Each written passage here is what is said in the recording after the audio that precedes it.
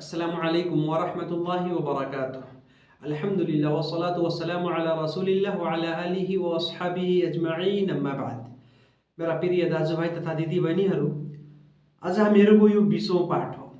हामी के बुझिरहेका छौँ कि यस्तो हराम अर्थात् निषेधित र अवैधित कार्यहरू जसलाई मनुष्यहरूले एकदमै सामान्य बुझेर त्यसबाट व्यवस्था गर्दछन् अनि त्यो कार्य चाहिँ गर्दै गर्छन्। आज जुन मेरो शीर्षकको विषय हो, जुन चर्चाको विषय हो, त्यो हो शहादतु जुर अर्थात् झुठो गवाही दिनु। झुठो गवाही दिनु, झुट गवाही दिएर कुनै मनुष्यलाई जिताउनु र कुनै मनुष्यलाई चाहिँ हराइदिनु। हरेक प्रकारको झुट बोल्नु यो त आफूमा एकदमै भयंकर पाप हो, कबीरा गुनाह हो। झुटमा चाहिँ मनुष्य आफू लागि झुट बोलिरहेको छ, तर साथै साथ झुठो गवाही दिएर कुनै मामिला छ, कुनै केस छ वा कुनै पनि केही विवाद छ, अब त्यो मनुष्य कुनै मनुष्यको पक्षपात गरेर त्यसको साथमा गएर विपरीत मान्छेको चाहिँ त्यसप्रति चाहिँ के गर्छ, त्यसको विपरीतमा झुठो गवाही दिन्छ, झुठो साक्षी बस्दछ भने यो ठुलो पाप, यो पनि भयंकर पाप हो। अल्लाह तालाले कुरानमा भन्नुभएको छ, फज्तनिबु रिज्स मिनल औसान, अर्थात् मूर्तिहरूको अपवित्रताबाट आफूलाई बचाऊ, तिनीहरूबाट सावधान र सचेत भएर बस। वज्तनिबु कौल जुर, र झुठो कुराबाट आफू पनि झुट बोल्नु छ त्यसबाट पनि, अनि झुठो गवाही छ त्यसबाट पनि आफूलाई टाढा राख, त्यसबाट बच, त्यसबाट सचेत र सावधान भएर बस। अनि मेरो भाइहरू, कति चाहिँ यो हदिस रहेको छ, सही बुखारीको हदिसमा छ। हजरत अबू बकर रज़ियल्लाहु ताला अन्हु ले भन्नुहुन्छ, कुन्ना इन्द रसूलिल्लाहि सल्लल्लाहु अलैहि वसल्लम, अर्थात् एकचोटि हामी रसूल अकरम सल्लल्लाहु अलैहि वसल्लमको सेवामा उपस्थित थिए, हामी सबैजना। भने रसूल अकरम सल्लल्लाहु अलैहि वसल्लमले भन्नुभयो, अला उनब्बिउकुम बिअकबरिल कबाइर, के म तपाईहरूलाई ठुला गुनाहहरूको बारेमा नबताइदिउँ? सबैभन्दा ठुलो गुनाह, भयंकर पापको बारेमा नबताइदिउँ? भन्नुभयो, अल इश्राकु बिल्लाह, सर्वप्रथम अल इश्राकु बिल्लाह अर्थात् अल्लाहको साथमा शरीक गर्नु, अल्लाहको साथमा सहभागी र साझेदार बनाउनु। व उक़ूक़ुल वालिदैन, र आमा बुवाको अवज्ञा गर्नु, आदेशको अवहेलना गर्नु, आदेशको उल्लङ्घन गर्नु, नाफरमानी गर्नु, उनीहरूको कुरा नसुन्नु, आमा बुवाको कुरा नमान्नु, माता पिताको आज्ञा पालन नगर्नु, यो पनि भयंकर पाप हो। अनि तेस्रो चाहिँ फेरि अबू बकर रज़ियल्लाहु ताला अन्हुले भन्नुहुन्छ कि वजलस वकान मुत्तकियन, फेरि रसूल अकरम सल्लल्लाहु अलैहि वसल्लम बस्नु भयो, उहाँ चाहिँ अडेस लगाएर, भित्तामा अडेस लगाएर चाहिँ बस्नु भएको थियो वा लेट्नु भएको थियो भने फेरि बसिहाल्नु भयो। अनि फेरि भन्न थाल्नु भयो, अला व कौलु जुर, अला व कौलु जुर, र झुट बोल्नु, व शहादतु जुर, अला व शहादतु जुर, झुठो गवाही दिनु। मेरो भाइहरू, बारम्बार रसूल सल्लल्लाहु अलैहि वसल्लमले यसलाई दोहोऱ्याउनुहुन्थ्यो कि यो झुठो गवाही दिनु, झुट बोल्नु भयंकर पाप हो, ठुलो पाप हो, कर्म विनाशक पाप हो, यसबाट धेरै नोक्सान हुन्छ, हानि नोक्सानी हुन्छ।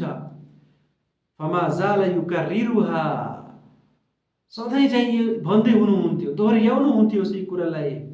सहाबाए करामले भन्नुभयो, हत्ता कुल्ना, हामीले सोचे लैतहु सकता, काश कि रसूल सल्लल्लाहु अलैहि वसल्लम अब चाहिँ चुप भएर बस्नुहुन्थ्यो भने धेरै राम्रो हुन्थ्यो। भने यति भयंकर बनाएर यसको चाहिँ नराम्रो प्रभावबाट रसूल सल्लल्लाहु अलैहि वसल्लमले यति सचेत गर्नुभयो, सावधान गर्नुभयो कि यसलाई दोहोऱ्याएर बारम्बार भन्नुभयो कि झुठो गवाही, झुठो कुराबाट टाढा बस्नु, किनभने कि यो ठुलो पाप हो, भयंकर पाप हो।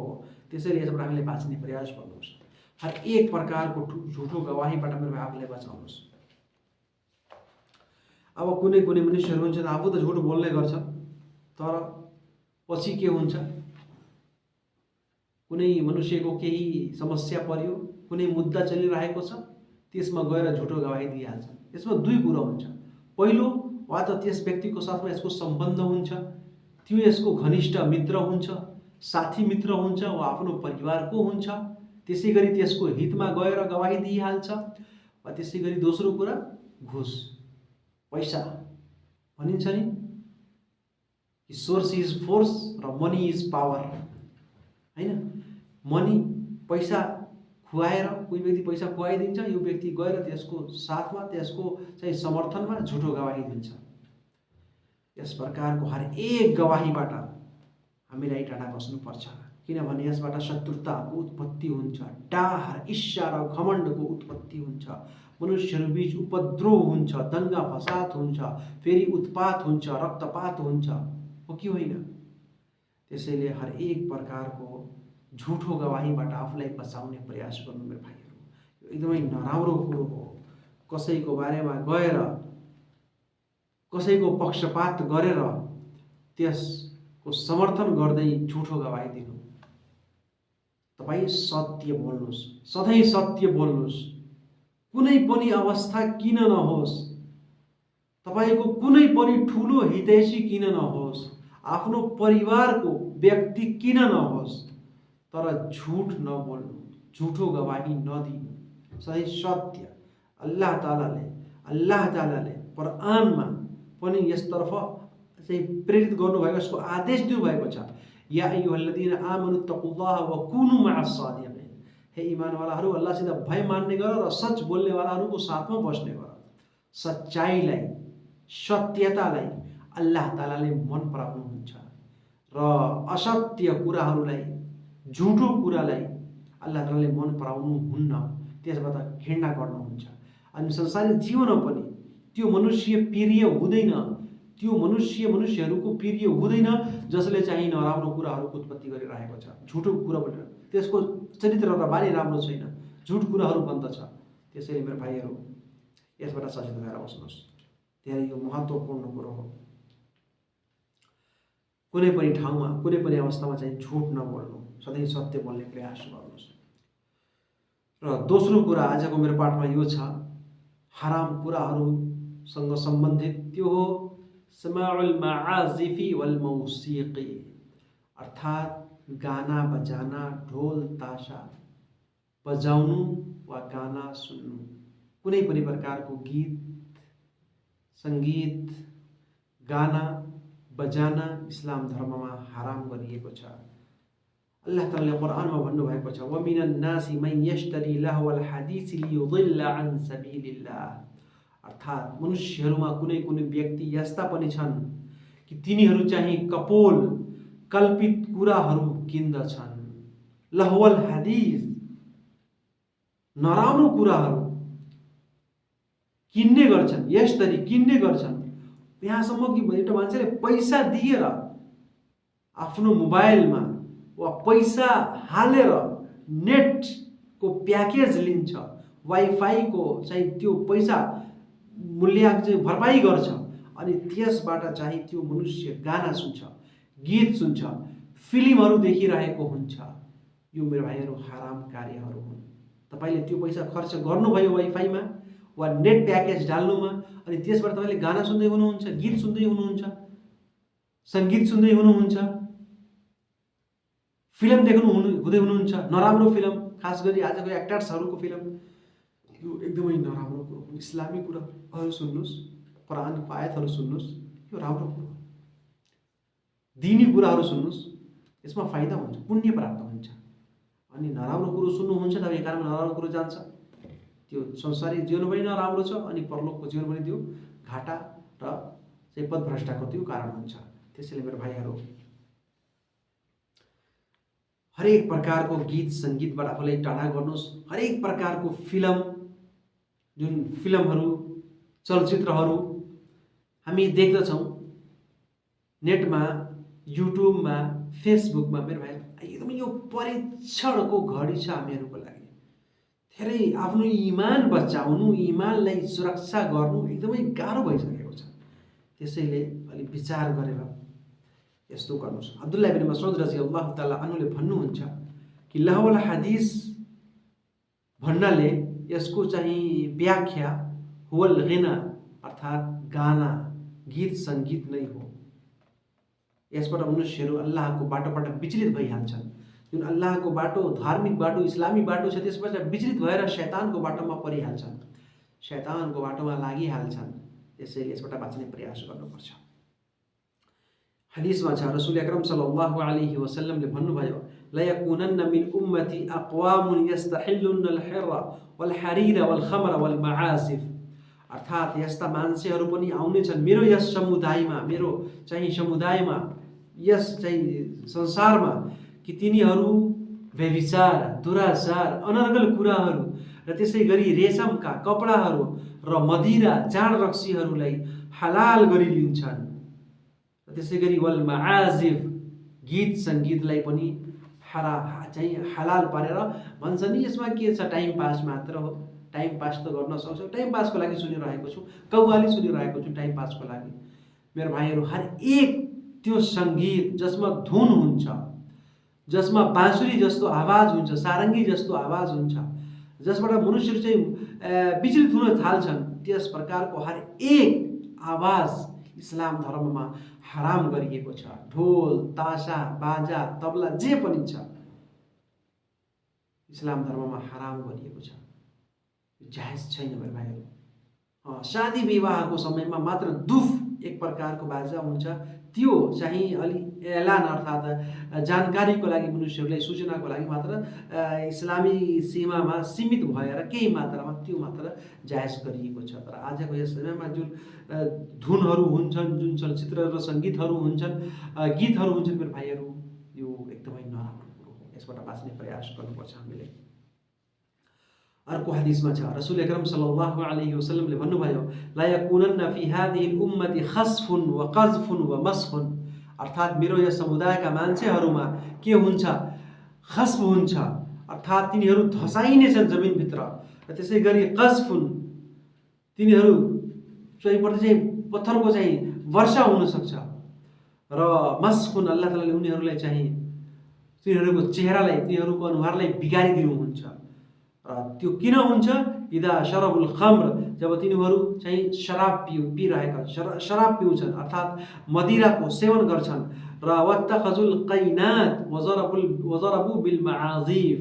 एकदमै भयङ्कर हदीस छ मेरो भाइहरू।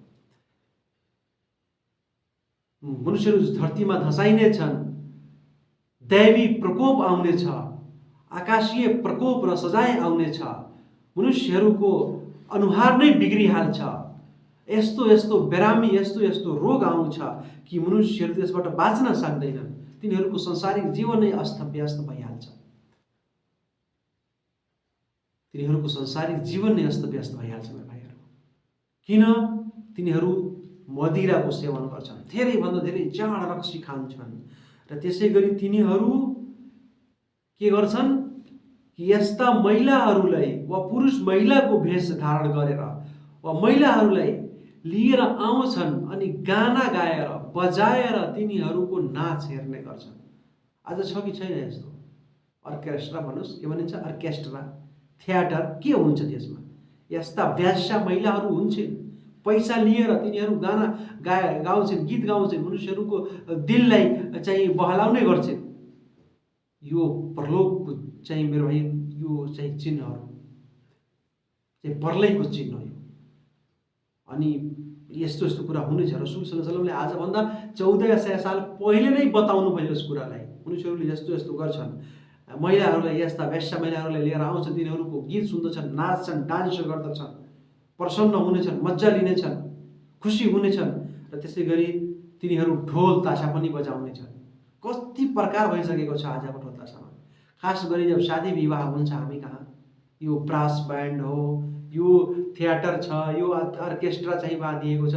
यहाँसम्म कि मुस्लिममा तर छैन, तर हिन्दू धर्ममा चाहिँ धेरै के छ, यदि अर्केस्ट्रा छैन भने विवाहमा त्यो विवाह चाहिँ शुभ छैन, त्यो विवाह चाहिँ राम्रोसँग सम्पन्न हुँदैन, त्यो विवाह पुरुषहरूले राम्रो मान्दैनन्। यो एकदमै हराम शैतानको कुरो हो। यसबाट आफूलाई पनि बचाउनुहोस् मेरो भाइहरू, र त्यसै गरी आफ्नो परिवारलाई पनि बचाउनुहोस्, आफ्नो छिमेकी र आफ्नो नातालाई पनि बचाउनुहोस्।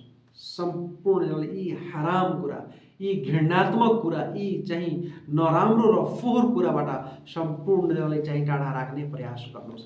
किनभने मेरो भाइहरू यसबाट चाहिँ धेरै मैले बताएँ कति प्रकार हुन्छ, त्यसको नि सबै चाहिँ नराम्रो कुरो हो। सबैभन्दा चाहिँ यो नराम्रो कुरोको बाटो खुल्दछ, हो कि होइन?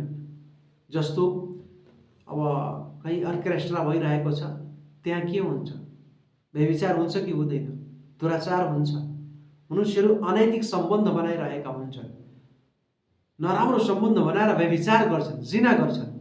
र जस्तो एउटा मनुष्यले जब रक्सी खान्छ, जाँड रक्सी खान्छ, मदिराको सेवन गर्छ, त्यो मातिहाल्छ। मातेर फेरि त्यो के गर्न थाल्छ? यो गाना बजाना, गीत सङ्गीत, चलचित्रको यसको पनि धुन हुन्छ आफै। यस्तो धुन हुन्छ कि मनुष्यहरू यसलाई सुनेर मदहोस भइहाल्छन्, मात्तिहाल्छन्। अनि के गर्न थाल्छन्? नाच्छन्, डान्स गर्छन्, कसलाई समाति लिन्छन् थाहै हुँदैन तिनीहरूलाई। त्यसैले यसबाट नराम्रो कुराहरूको उत्पत्ति हुन्छ, नराम्रो कुरोको द्वार र बाटो खुल्छ, ढोका खुल्छ। त्यसैले मेरो भाइहरू ती सम्पूर्ण कुराबाट आफूलाई टाढा गर्नुहोस्, बचाउनुहोस्। इस्लामिक कुराहरू सुन्नुहोस्, कुरानको आयतहरू सुन्नुहोस्, धार्मिक कुराहरू सुन्नुहोस्। यति मिठो स्वरमा चाहिँ उलेमाहरू छन्, कारीहरू छन्, तिनीहरूको किरात सुन्नुहोस्। त्यसबाट दिल खुसी हुन्छ, आत्मा प्रसन्न हुन्छ, हृदयमा उज्जवलता आउँछ, प्रकाश आउँछ र अँध्यारो टाढा हुन्छ। र हामी संसारिक जीवनमा पनि र परलोकको जीवनमा, दुवै जीवनमा हामी इन्शाअल्लाह खुसी भएर बस्नेछौँ। त्यसैले मेरो भाइहरू यो सम्पूर्ण कुराहरूबाट टाढा बाँच्नुपर्छ। र मोबाइलमा कहिलेकाहीँ मनुष्यहरू रिङटोन लगाएका छन्, त्यो पनि गानाको रिङटोन हुन्छ, त्यो नलगाउनुहोस्, फाइदा छैन। त्यसै गरी सिधा बाटोमा हिँड्ने प्रयास गर्नुहोस्। अल्लाह तालाले हामी हर एकजनालाई सत्य मार्गमा हिँड्ने, सही तरिकाले आफ्नो धर्ममाथि कायम रहने अल्लाह हामीलाई तौफिक प्रदान गरून्। र हरेक नराम्रो कुरोबाट, हरेक चाहिँ अप्रिय र चाहिँ घृणात्मक कुराबाट अल्लाह ताला हामीलाई टाढा राखुन् र सही मार्गमा, सिधा बाटोमा दृढतापूर्वक हामीलाई हिँड्ने अल्लाह तालाले तौफिक प्रदान गरून्। आमीन। वस्सलामु अलैकुम वरहमतुल्लाहि वबरकातुहू।